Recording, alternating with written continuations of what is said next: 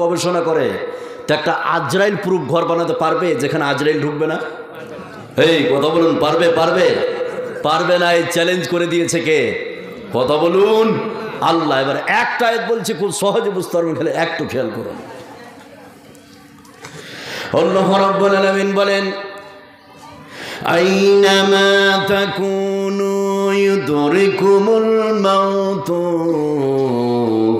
ওয়ালাউ কুনতুম ফি বুরুদিন মুশাইয়াদা। আল্লাহ রাব্বুল আলামিন বলেন, তোমরা যেখানে থাকো না কেন, মৌত তোমাকে খুঁজে বের করে নিবে। এমনকি তুমি সুরক্ষিত দুর্গে যদি অবস্থান করো, বিশ্বের যতই দামি ঘরে তুমি লুকাও না কেন, যেদিন তোমার মৌত উঠে আসবে, মৌত তোমাকে ঠিক সময় মতো খুঁজে বের করে নিবে। জোরে বলুন সুবহানাল্লাহ। মৌত এমন একটি ব্যাধি যা বিশ্বের পৃথিবীতে আর কোনো চিকিৎসা নাই। ভালো করে শুনুন, মৌত এমন একটি ব্যাধি, এমন একটি রোগ যা বিশ্বের পৃথিবীতে আর কোনো চিকিৎসা নাই। দু তিনটা কথা বলবো, তারপর আরেকটা বলবো, খুব খেয়াল করুন, তাহলে বুঝতে পারবেন। সেটা কি? আপনাকে মরণ রোগে ধরেছে বা আপনার বাপকে মরণ রোগে ধরেছে। ভালো করে শুনুন, আপনি তাড়াতাড়ি মালদা নিয়ে গেলেন, মালদা তো ডাক্তার চেক করে দেখলো যে কাজ হবে না, চলে গেলেন কলকাতা পিজি, ওই পিজিতে নিয়ে গেলেন, পিজির ডাক্তাররা চেক আপ করলো, বলে কাজ হবে না। এরপরে পিজির থেকে একটু ভালো জায়গায় নিয়ে গেলেন, সেটা হচ্ছে বেঙ্গালুরু মণিপাল হাসপাতাল, নাম শুনছেন? ওই মণিপালে নিয়ে গেলেন আপনার বাপকে, মরণ রোগে ধরেছে, দেখুন বিশ্বে করে চিকিৎসা নাই। মণিপালে নিয়ে গেলেন, ডাক্তার চেক করে দেখলো, বলে কাজ হবে না। তার থেকে ভারতের একটু ভালো জায়গায় নিয়ে যান, সেটা হচ্ছে ভেলুর সিএমসি হাসপাতাল, নাম শুনেননি? সিএমসি হাসপাতালে নিয়ে গেলেন আপনার বাপকে, সেখানে আপনার বাপকে চেক করলো, কাজ হলো না। তার থেকে ভারতের একটু ভালো জায়গায় নিয়ে যান, সেটা হচ্ছে আপনার চেন্নাই অ্যাপোলো, সেখানে নিয়ে যান, কাজ হলো না। এবার ভারতবর্ষের সব থেকে বিখ্যাত হাসপাতাল, যেটা দিল্লিতে অবস্থিত, যেই হাসপাতালের নাম হচ্ছে এইমস। কি বললাম? এইমস, বিখ্যাত হাসপাতাল। সেখানে আপনার বাপকে নিয়ে গেলেন, সেখানে কাজ হলো না। এবার আপনি বাহির কান্ট্রি নিয়ে যান, সিঙ্গাপুর মাউন্ট এলিজাবেথে, সেখানেও কাজ হলো না। এবার বিশ্বের যেটা সেরা হাসপাতাল, বিশ্বের যেটা বিখ্যাত হাসপাতাল, বিশ্বের যেটা উন্নত মানের হাসপাতাল, যেটা এই কিসের গল্প হয়েছে, কি হয়েছে? কথা বলা যাবে না যতক্ষণ শুনবেন। টাকা উঠালেন, উঠিয়ে দেবো, কিন্তু কথা বলিয়েন না। এবার বিশ্বের যেটা সেরা হাসপাতাল, পৃথিবীর বিখ্যাত হাসপাতাল, যেটা আমেরিকায় অবস্থিত, লস অ্যাঞ্জেলেস ক্যালিফোর্নিয়ায়, যেই হাসপাতালের নাম হচ্ছে মায়ো ক্লিনিক। কি বললাম? মায়ো ক্লিনিক বিশ্বের সেরা হাসপাতাল। তা আপনার বাপকে যদি মরণ রোগে ধরে নাই, বিশ্বের পৃথিবীতে আর কোনো চিকিৎসা নাই। এই ঘোষণা কোরআনে করে দিয়েছে কে? কথা বলুন, আল্লাহ। এবার একটা আয়াত বললে আপনি বুঝতে পারবেন, খালি একটু খেয়াল করুন।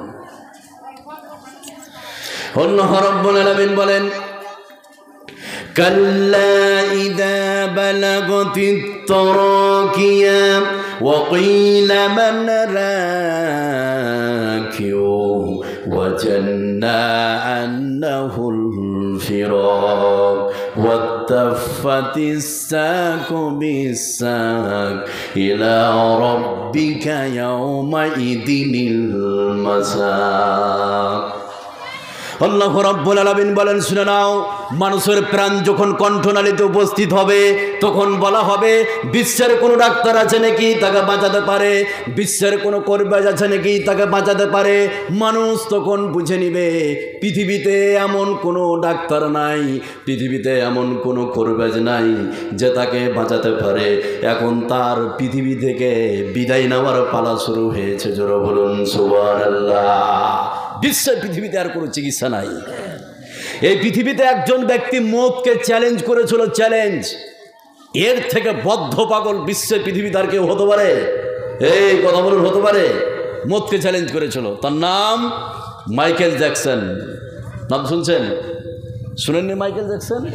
মাইকেল জ্যাকসন মৌতকে চ্যালেঞ্জ করেছিল। খুব ভালো করে শুনুন, তাহলে আয়াতগুলো বুঝতে পারবেন। আজকের বক্তব্য আপনার জীবনের খুব মূল্যবান, খালি একটু খেয়াল করুন। গভীরে যখন যাব তফসির করে তো অবাক হয়ে যাবেন। তো এই পৃথিবীতে মাইকেল জ্যাকসন মৌতকে চ্যালেঞ্জ করেছিল। কি বলেছিল? যে পৃথিবীতে আমি 150 বছর বাঁচব। কত বছর? 150 বছর। এবার এখানে যতগুলো লোক আমরা বসে আছি, আমি যদি বলি আমি 100 বছর বাঁচবো, আর আল্লাহ যদি বলে যে 50 বছর মাথায় তোকে দুনিয়া ছাড়িয়ে দেবো, রাইট হবে কারটা? কথা বলুন, আল্লাহটা। তো মাইকেল জ্যাকসন মদকে চ্যালেঞ্জ করে 5টি ভয়ঙ্কর কাজ করেছিল শুধু 150 বছর বাঁচার লক্ষ্যে, যা বিশ্বের ইতিহাসে এরকম কাজ কেউ করেনি। সে 5টি কাজ কি বলে আয়াতটা বললে আপনি বুঝতে পারবেন, একটু খেয়াল করুন। শুধু 150 বছর বাঁচতে চেয়েছিলেন। নম্বর 1, মাইকেল জ্যাকসন 150 বছর বাঁচার লক্ষ্যে 1 নম্বর যে কাজটি করেছিলেন, তিনি তার বাড়িতে 12 জন স্পেশালিস্ট ডাক্তার নিযুক্ত করেছিলেন, যে 12 জন ডাক্তারের আপনার খরচ মাইকেল জ্যাকসন একাই বহন করতেন। এই 12 জন ডাক্তার মাইকেল জ্যাকসনের সকালে এবং বিকালে 12 জন ডাক্তার চেক আপ করতো, মাথা থেকে নিয়ে পায়ের তেলে পর্যন্ত, যে শরীরে কোনো অসুখ বিসুখ ধরল নাকি। কথা বুঝলেন না? শুধু 150 বছর বাঁচার লক্ষ্যে। নাম্বার 2, মাইকেল জ্যাকসন যে 2 নম্বর কাজটি করেছিলেন 150 বছর বাঁচার লক্ষ্যে, মাইকেল জ্যাকসন যে খাবারটি খেতেন, তিনি চরম বিশুদ্ধ খাবার খেতেন। যে খাবারটি মাইকেল জ্যাকসনের সম্মুখে পরিবেশন করা হতো, ওই খাবারটা আগে ল্যাবরেটরিতে টেস্ট করা হতো যে খাবারে কোনো জীবাণু আছে নাকি, খাবারে কোনো বিষ বিষাণু আছে নাকি। এরপরে মাইকেল জ্যাকসনের সম্মুখে পরিবেশন করা হতো শুধু 150 বছর বাঁচার লক্ষ্যে। নাম্বার 3, মাইকেল জ্যাকসন 150 বছর বাঁচার লক্ষ্যে যে 3 নম্বর কাজটি করেছিলেন, সেটা কি?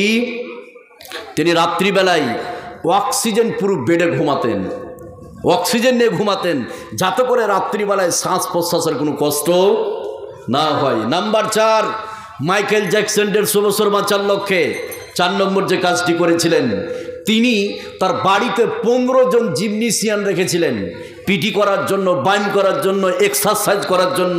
এই 15 জন মানুষ মাইকেল জ্যাকসনকে সকাল সকাল পিটি করাতো, যাতে করে শরীরে কোনো অসুখ বিসুখ না ধরে। নাম্বার 5, মাইকেল জ্যাকসন 150 বছর বাঁচার লক্ষ্যে 5 নম্বর যে কাজটি করেছিলেন, তিনি তার বাড়িতে 20 জন মানুষকে লালন পালন করতেন।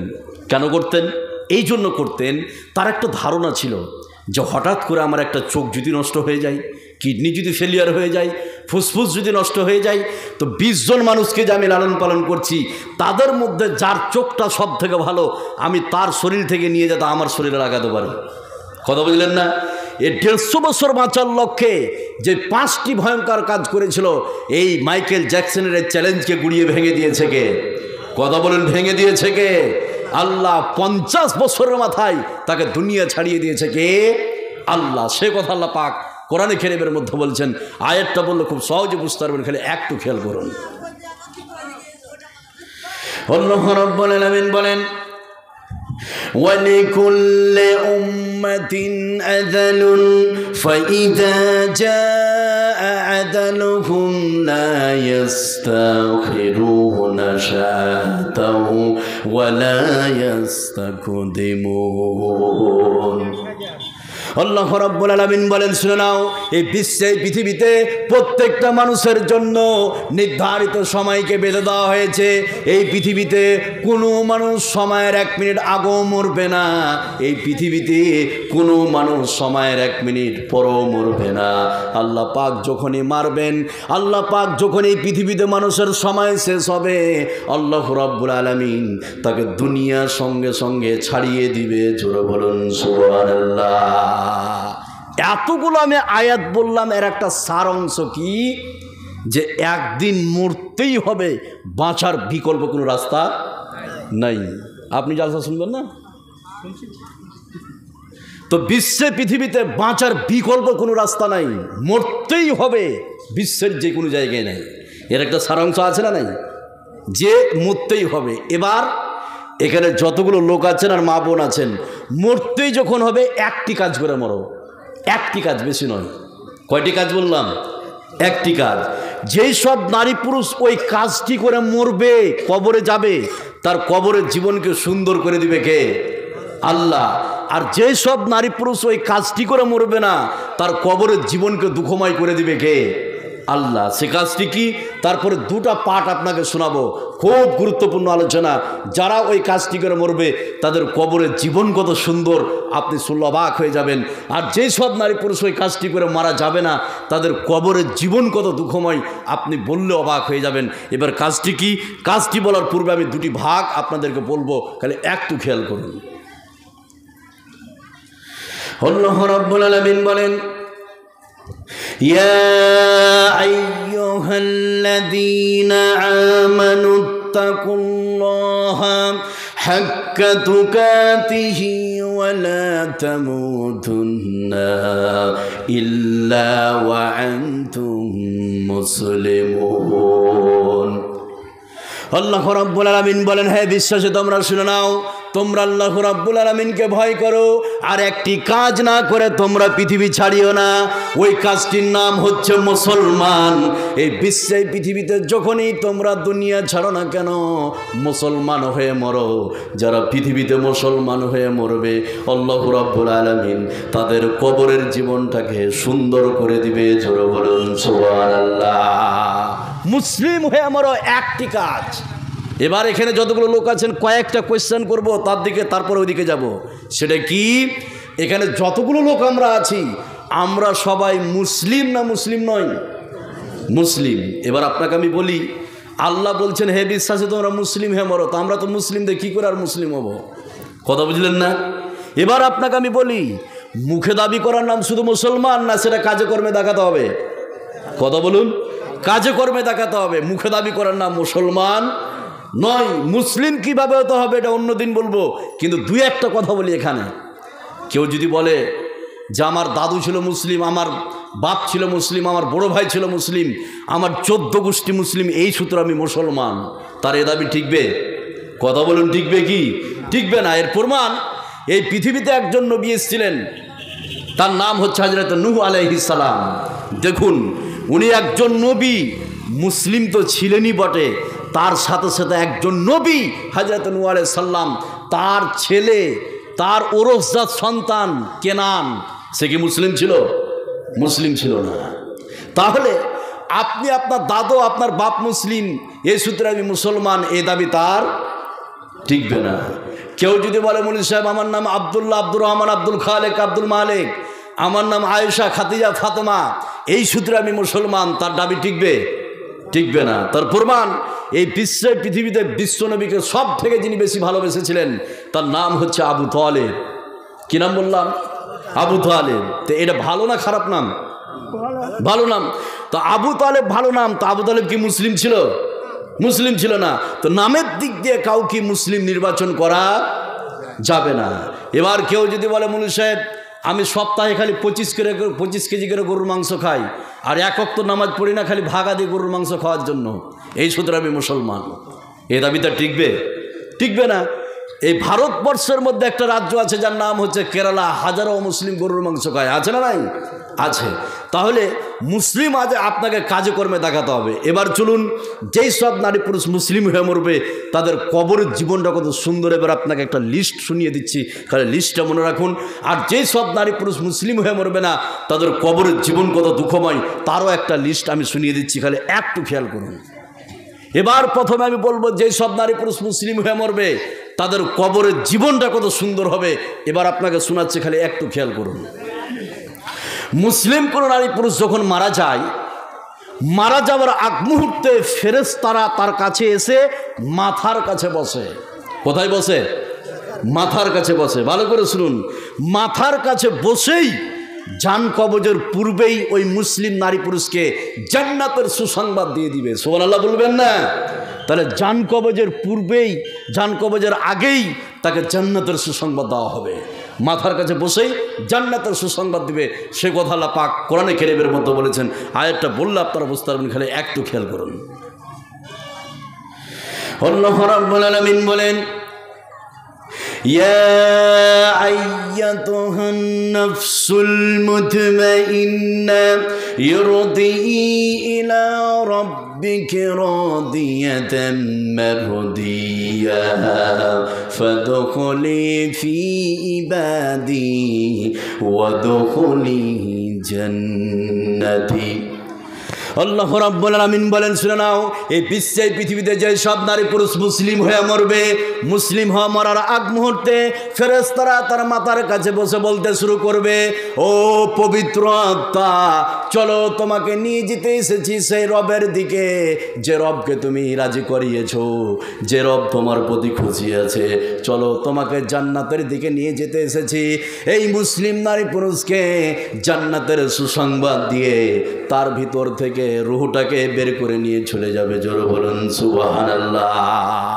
এবার একটা মজার কথা শুনুন, জান্নাতের যে সুসংবাদ দিল ওই মুসলিম নারী পুরুষকে, তো সেই শুধু জানলো না গ্রামবাসী জানলো? কথা বলুন, সেই শুধু না গ্রামবাসী? সেই শুধু জানলো। এবার শুনুন, জান্নাতের সুসংবাদ দিয়ে তার ভিতর থেকে রুহুটা কত সম্মানের সহিত বের করছে। ছোট্ট একটা কথা বলে বুঝতে পারবেন। বোতল আমরা চিনি না? চিনি তো। এক বোতল পানি আছে, বা ঠিপিটাকে আমি খুললাম, খুলে যদি পানিটা আমি সম্পূর্ণ খেয়ে নিলাম, আবার ক্যাপ ঠিপিটাকে লাগিয়ে রেখে দিলাম, 5 মিনিট পরে যদি বোতলটাকে দেখি, বোতলের শেষ মাথায় 2 ফোঁটা 3 ফোঁটা পানি থাকবে না? থাকবে। এবার আবার ক্যাপটাকে খুলেন, আবার পানি, ওই 2 ফোঁটা পানিটাকে খান। এবার আপনাকে আমি বলি, ভর্তি বোতলে যত স্পিডে মুখে পানি এসছে, ওই 2 ফোঁটা পানি অত স্পিডে আসবে? আসবে না, আস্তে আস্তে আসবে।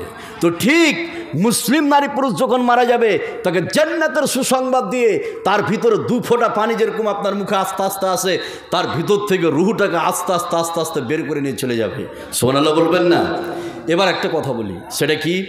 যাকে জান্নাতের সুসংবাদ দিল সেই শুধু জানলো, যার ভিতর থেকে রুহুটাকে সম্মানের সহিত বের করলো সেই শুধু জানলো, গ্রামবাসী জানলো না। কিন্তু বাহ্যিক দৃষ্টিতে ভালো মৃত্যুর কিছু লক্ষণ আছে, বাহ্যিক দৃষ্টিতে শুভ মৃত্যুর কিছু লক্ষণ আছে। এই লক্ষণগুলো কোনো নারী পুরুষের ভিতরে যদি দেখতে পান, তাহলে বুঝে নেওয়া যাবে যে এর মৃত্যুটা ভালো হয়েছে। সুবহানাল্লাহ বলবেন না? এবার লক্ষণগুলো কি আপনাকে বলছি, আপনার জীবনের সঙ্গে মিলিয়ে নিয়েন। নাম্বার 1, ভালো মৃত্যুর 1 নম্বর লক্ষণ, কালেমা পড়তে পড়তে মারা যাওয়া, ভালো মৃত্যুর লক্ষণ। নাম্বার 2, শুক্রবারের দিনে বা বৃহস্পতিবারের দিন যে রাত্রিবেলায় মারা যাওয়া, ভালো মৃত্যুর লক্ষণ। নাম্বার 3, প্লেগ রোগে মারা যাওয়া, ভালো মৃত্যুর লক্ষণ। নাম্বার 4, পেট ব্যথায় মারা যাওয়া, ভালো মৃত্যুর লক্ষণ। নাম্বার 5, আপনার স্ত্রী ডেলিভারি ছিল, প্রেগনেন্ট, বাচ্চা প্রসব করতে গিয়ে মারা গেছে, ভালো মৃত্যুর লক্ষণ। নাম্বার 6, ডুবে মারা যাওয়া। ডুবে মারা মানে আপনি সুইসাইড করেছেন এটা নয়, সাঁতার জানছেন না, নদীতে পড়েছেন, ডুবে মারা গেছেন, ভালো মৃত্যুর লক্ষণ। নাম্বার 7, পুড়ে মারা যাওয়া। এই ভারতবর্ষে কত মুসলমানের বাচ্চি নেবেন, তার বয়ফ্রেন্ড গার্লফ্রেন্ডকে পায়নি, বিয়ে দিবে না, তখন কেরোসিন তেল আগুনে ঢেলে পুড়িয়ে মরে গেছে, আছে না? এর জন্য জাহান্নাম অপেক্ষা করছে। এবার আপনি শুয়ে আছেন, হঠাৎ আগুন লেগেছে, আজ অজান্তে আপনি জানেন না, মারা গেলেন, ভালো মৃত্যুর লক্ষণ। নাম্বার 8, গাছ থেকে পড়ে, ছাদ থেকে পড়ে, দেওয়াল চাপা পড়ে মারা যাওয়া, ভালো মৃত্যুর লক্ষণ।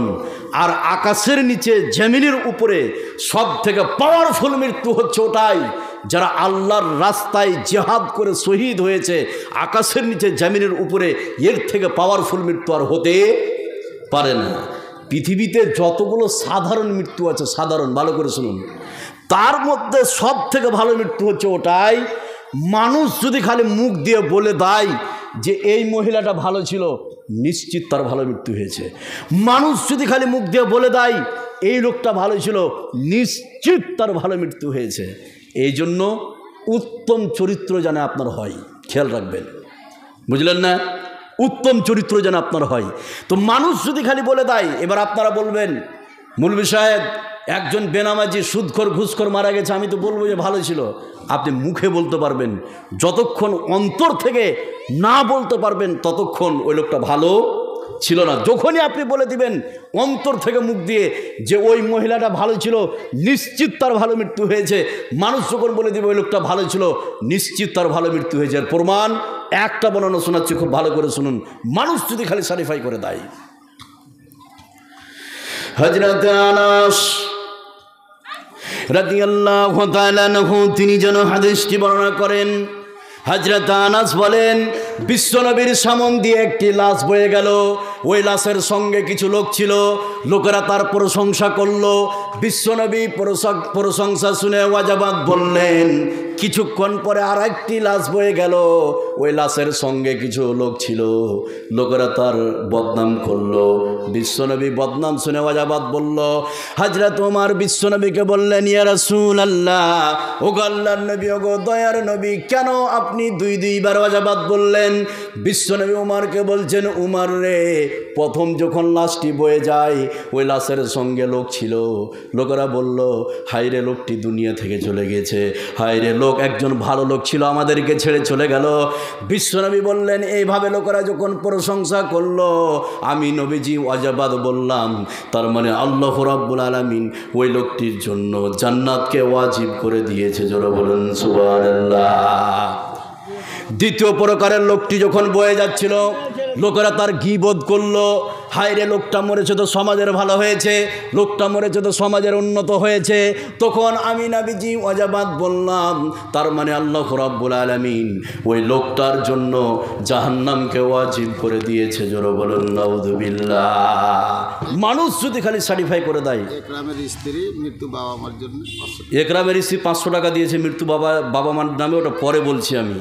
তাহলে মানুষ যদি খালি সার্টিফাই করে দেয়, নিশ্চিত তার ভালো মৃত্যু হয়েছে। সুবহানাল্লাহ বলবেন না? এবার একটা কথা বলবো, আপনাকে ভালো করে শুনুন, পিছন দিকে ফিরে চলুন। কত দামি একটা হাদিস বলছি, পিছন দিকে ফিরে চলুন। সেটা কি? যাকে জান্নাতের সুসংবাদ দেওয়া হয়েছে সেই শুধু জেনেছে, জানেনি? জেনেছে। যার ভিতর থেকে রুহটা বের করেছে সেই শুধু জানলো। 3 নম্বরে বাহ্যিক দৃষ্টিতে তার ভালো মৃত্যু হয়েছে। এই জন্য কোনো মুসলিম নারী পুরুষ যখন মারা যাবে, মারা যাওয়ার সাথে সাথে আর পৃথিবীতে থাকতে চাইবে না, আর পৃথিবীতে থাকতে চাইবে না। এই 2 বাপ গল্প ধরালছে, দেখেছেন? হাসছে না, কত গল্প করছে, সব ভেঙে ফেলে দেবে মনে হয়। বা হাতকে এদের খেয়াল করুন। মানুষ যদি ওয়াজ না শোনেন, কেন জলসা করেছেন? আমি তো শুনেছি যে মসজিদের টাকার অভাব নাই। আপনি শুনেছি গল্প 2 দিন আগে, কথা বুঝলেন না? তো আপনি কেন জলসা শুনবেন না, আমাকে এটা বলুন। এবার শুনুন যে কথাটা বলছি, একটু খেয়াল করুন। সেটা কি? মানুষ, মুসলিম নারী পুরুষ যখন মারা যাবে, মারা যাওয়ার সাথে সাথে আর পৃথিবীতে থাকতে চাইবে না। কি বলবে? কি বলবে? দেখুন, মরা মানুষ কথা বলে, কি বলবে? একটা বর্ণনা শোনাচ্ছি, তার আগে একটা কথা বলে দিই। সেটা কি? ও মরার সাথে সাথে আর পৃথিবীতে থাকতে চাইবে না। কেন? অথচ 10 বিঘা জমি, 20 বিঘা জমি, দোতলা বাড়ি, আপনার 2টা গাড়ি, আপনার 50 লাখ টাকা ব্যাংক ব্যালেন্স, এরপরও মুসলিম নারী পুরুষ যখন মারা যাবে আর পৃথিবীতে থাকতে চাইবে না। কেন বলতে পারবেন? তার জান কবজের পূর্বেই তাকে জান্নাতের সুসংবাদ দিয়েছে কে? এই কথা বলেন, দিয়েছে কে? ও বুঝে গেছে যে পৃথিবীর থেকে লক্ষ কোটি গুণের দামি নিয়ামত কবরে অপেক্ষা করছে। এই জন্য মুসলিম নারী পুরুষ মারা যাওয়ার সাথে সাথে আর পৃথিবীতে থাকতে চাইবে না। কি বলবে? এবার একটা হাদিস শোনাচ্ছি, যতগুলো নারী পুরুষ আছেন একটু খেয়াল করুন, তাহলে বুঝতে পারবেন। হযরত আবু সাঈদ খুদরি রাদিয়াল্লাহু তাআলা আনহু তিনি যেন হাদিসটি বর্ণনা করেন। তিনি বলেন, বিশ্বনবী বলেন, এই বিশ্বে, পৃথিবীতে কোনো মুসলিম নারী পুরুষ যখন মারা যায়, মারা যাওয়ার সঙ্গে সঙ্গে গোসল করে খাটিয়াতে করে যখন কবরস্থানের উদ্দেশ্যে নিয়ে যাওয়া হয়, ওই মুসলিম নারী পুরুষ 4 জনকে উদ্দেশ্য করে বলতে শুরু করবে, কাদ্দিমুনি ওয়া ইন কানাত গায়রা সালিহাতিন, তাড়াতাড়ি করে আমাকে নিয়ে চলো, আর আমি পৃথিবীতে দেখতে চাই না। বিশ্বনবী বললেন, বারবার করে বলবে, কাদ্দিমুনি ওয়া ইন কানাত গায়রা সালিহাতিন, তাড়াতাড়ি করে আমাকে কবরে নিয়ে চলো, আর আমি পৃথিবীতে দেখতে চাই না। মুসলিম নারী পুরুষ যদি মারা যায়, তারা এই কথাই বারবার করে বলবে। জোরে বলুন সুবহানাল্লাহ। এবার তাকে নিয়ে যাওয়া হলো, ও বলছে নিয়ে চলো তাড়াতাড়ি করে, তাকে কবরে নিয়ে যাওয়া হলো। কবরে রেখে আসার সাথে সাথেই তার কবরের নিয়ামত শুরু হয়ে যাবে। সুবহানাল্লাহ বলবেন না? নিয়ামতটা কি? দেখুন, আরেকটা বর্ণনা আপনাকে শোনাচ্ছি, খালি একটু খেয়াল করুন, তাহলে বুঝতে পারবেন। যেমনই কবরে রেখে আসা হবে, নিয়ামত শুরু হয়ে যাবে। বর্ণনাটা বলছি, একটু খেয়াল করুন। হযরতে বারা ইবনে আদিব রাদিয়াল্লাহু তাআলা আনহু তিনি যেন হাদিসটি বর্ণনা করেন। হযরতে বারা ইবনে আদিব বলেন, বিশ্বনবী বলেছেন এই বিশ্বে পৃথিবীতে কোনো মুসলিম নারী পুরুষ যখন মারা যায়, মারা যাওয়ার সাথে সাথে কবরে তাকে যখন রেখে আসা হয়, এমন সময় দুইজন ফেরেশতা আছে, আসার পরে তিনখানা প্রশ্ন করে, মান রব্বুকা ওয়া মা দীনুকা ওয়া মান নবিয়ুকা, ও ব্যক্তি বলো তোমার রবকে, তোমার দিন কি, তোমার নবীকে। বিশ্বনবী বললেন তিনখানা উত্তর দিয়ে দিবে। এমনকি আল্লাহর কি কারিশমা, একজন আহ্বানকারী আসবে, আসার পরে বলবে ফাফরিসুহু মিনাল জান্নাহ ওয়ালবিসুহু মিনাল জান্নাহ, এই ব্যক্তিকে জান্নাতের পোশাক পরিয়ে দাও আর জান্নাতের বিছানা বিছিয়ে দাও, আর জান্নাত পর্যন্ত সেই ব্যক্তির কবরটাকে প্রশস্ত করে দাও। তাহলে মুসলিম হয়ে যারা মরবে তাদের কবরের যাত্রাটা এইভাবে শুরু হবে। শুরু বলুন সুবহানাল্লাহ। এবার এটাকে বন্ধ রেখে দেন। এবার চলুন, যে সব নারী পুরুষ মুসলিম হয়ে মরবে না তাদের মুখটা কত কঠিন হবে ভালো করে শুনুন। যারা মা বোন আছেন এবার একটু খেয়াল করুন, কতক্ষণ চিল্লা ছিল ওরা, এখন মনে হয় মুখটা বন্ধ করেছে। কথা বুঝলেন না? মা বোনদেরকে যতই বলুন মুখ বন্ধ করাতে পারবেন না। পারবেন? তারা কত ডেঞ্জারাস দেখুন।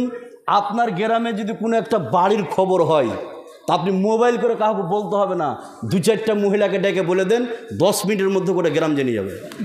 কালকে পরীক্ষা করে দেখুন, আপনি কালকেই দেখুন যে আপনাকে মোবাইল করে কাউকে বলতে হবে না, দুজনকে খালি বলে দেন যে এই ঘটনা ঘটেছে, 10 মিনিট ঘড়ি দেখে দেখবেন সবাই জানে যে হ্যাঁ এরকম ঘটনা ঘটেছে। মোবাইলের আগে চলে ওরা। কথা বুঝলেন না? আর পৃথিবীতে কোরআনে মারার কথা বলা হয়েছে, মহিলাদেরকে বলা হয়নি? মানুষে কেন মারা হয়েছে বলুন তো? মুখ সহজে বন্ধ করবে না, ওই জন্য তো চটথাপ্পড় খায় মাঝে মধ্যে। এই খাই না? হ্যাঁ।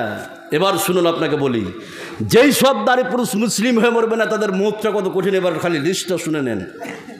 আপনারা উঠবেন না, পারলে আগামীকালকে আসুন ক্লাবে, নতুন বিষয় আলোচনা হবে। কালকে ওখানে আবার প্রোগ্রাম আছে, পারলে আসবেন। এবার আপনাকে আমি বলি, যেই সব নারী পুরুষ মুসলিম হয়ে মরবে না তাদের মোটটা কত কঠিন, খালি শুনেলেন, একটু শুনলে আপনি অবাক হয়ে যাবেন। যেই সব নারী পুরুষ মুসলিম হয়ে মরবে না, মারা যাওয়ার আগ মুহূর্তে তার মাথার কাছে ফেরেশতারা এসে বসবে, বসে প্রথমে তাকে জাহান্নামের দুঃসংবাদ শোনাবে। নাউজুবিল্লাহ বলবেন না? জান কবজের পূর্বেই তাকে জাহান্নামের দুঃসংবাদ শোনানো হবে।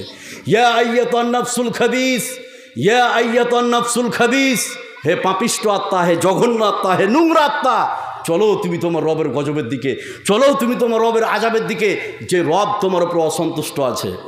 এইভাবে জাহান্নামের দুঃসংবাদ যেমনই শুনে নিবে, রুহুটা আর বেরিয়ে আসতে চাইবে না।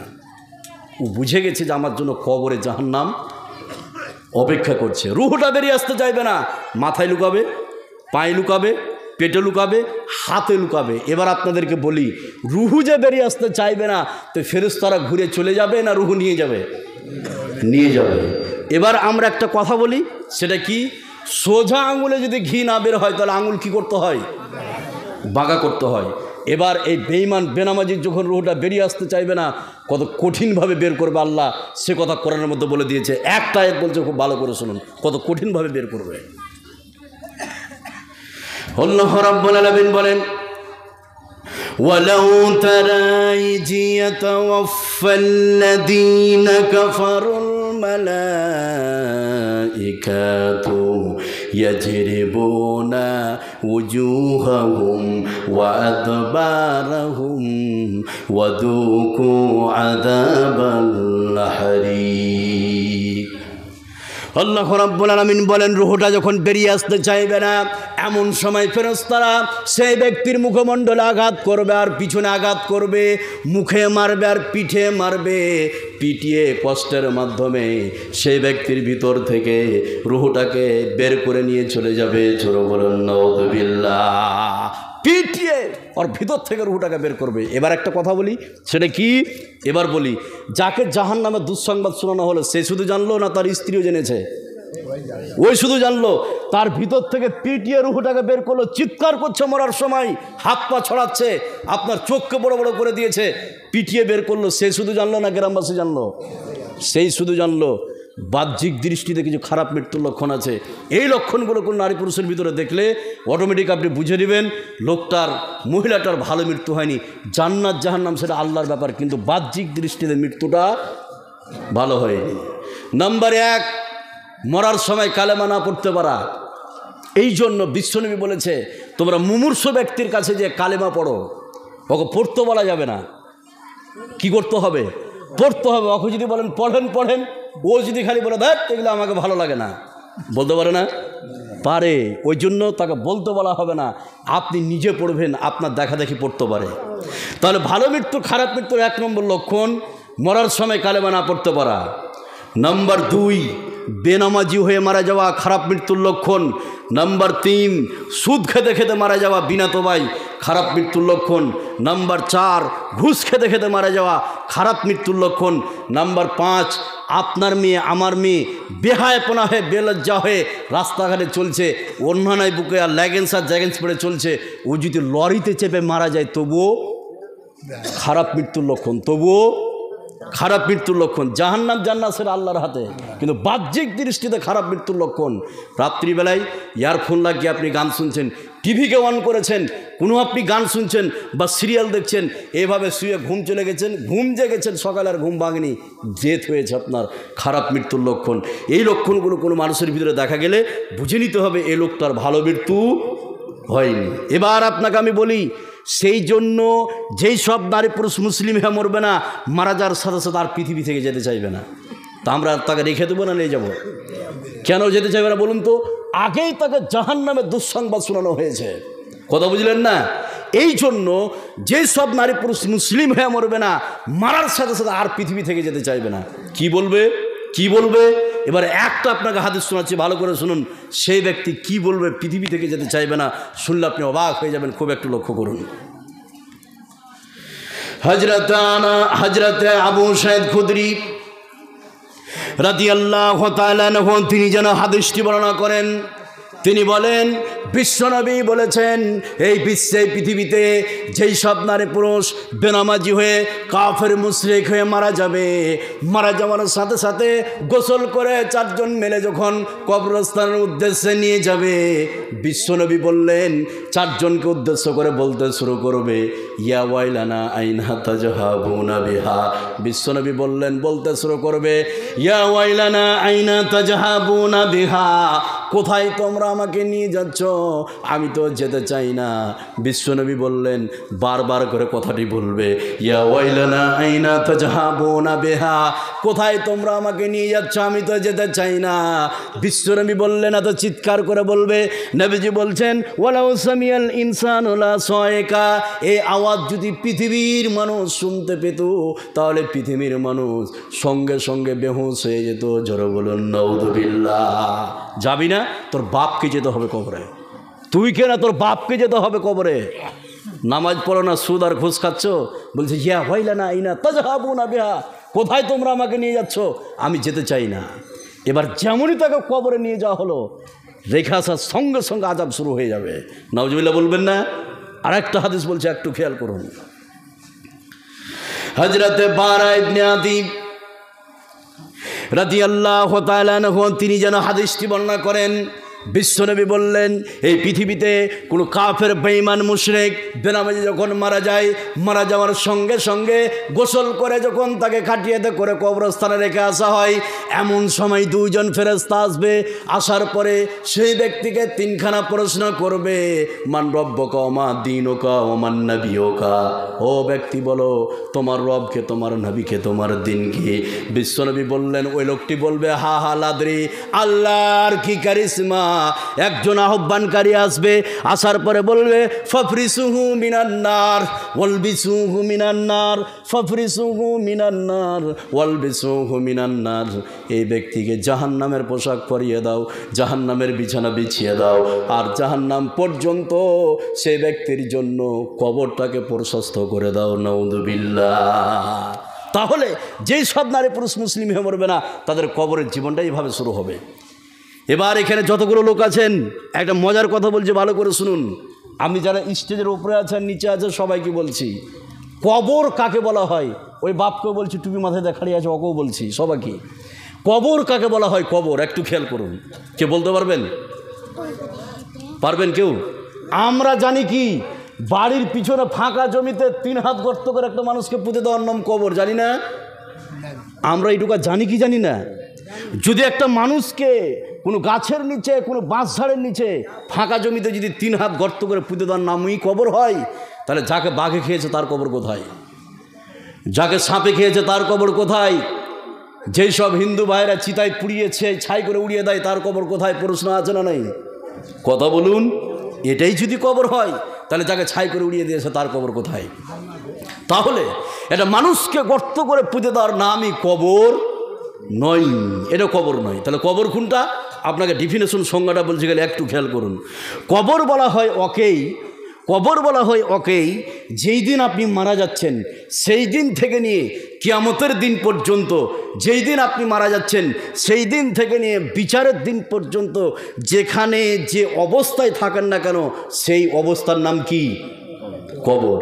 আপনি 3 হাত গর্তের মধ্যে থাকেন, বা পাইল করতে গিয়ে 20 হাত মাটির নিচে থাকেন, বা পুড়িয়ে আপনাকে ছাই করে দিয়েছে, যেই দিন আপনার জান বের হচ্ছে সেই দিন থেকে নিয়ে কিয়ামতের দিন পর্যন্ত যেখানেই যে অবস্থায় থাকেন না কেন সেই অবস্থার নাম কবর। এবার এখানে যতগুলো লোক আছেন একটা হাদিস শোনাবো, ক্লিয়ার হয়ে যাবেন। দেখুন, কবর 3 হাত গর্ত করে পুঁতে দেওয়ার নামই কবর নয়। আপনি যেখানে থাকেন না কেন আপনার হিসাব হবে। কথা বুঝলেন না? যেখানে থাকেন কবরের হিসাব। আপনি একটা মানুষকে 3 হাত গর্ত করে পুঁতে দেন আর সিসি ক্যামেরা লাগিয়ে দেন, এবার আজাব হবে তো আমরা দেখতে পাবো না? পাওয়া যাবে? জি না। আপনার বাপকে যদি মাটি না দেন তবুও শাস্তি হবে। কথা বুঝলেন না? এবার একটা হাদিস শোনা যে ভালো করে শুনুন, কবর যেখানে আপনি যে অবস্থায় থাকেন না কেন আপনার হিসাব হবে, আপনার আজাব হবে। এবার হাদিসটা শুনুন, কত ভয়ঙ্কর হাদিস। হাদিস থেকে 2টা শিক্ষা পাবেন। 1, যারা আল্লাহকে ভয় করবে আল্লাহ তাদেরকে ক্ষমা করবে। 2, কবর কোনটা আপনি বুঝতে পারবেন, খালি একটু খেয়াল করুন। হযরত আবু হুরায়রা রাদিয়াল্লাহু তাআলা আনহু তিনি যেন হাদিসটি বর্ণনা করেন। হযরত আবু হুরায়রা বলেন, বিশ্বনবী বললেন, বনি ইসরাইলের যুগে এমন একজন ব্যক্তি ছিলেন। বিশ্বনবী বললেন, কালা রাজুলুন লাম ইয়ামাল হাসানাতান কাত্তু। নবীজি বললেন, বনি ইসরাইলের যুগে এমন একজন ব্যক্তি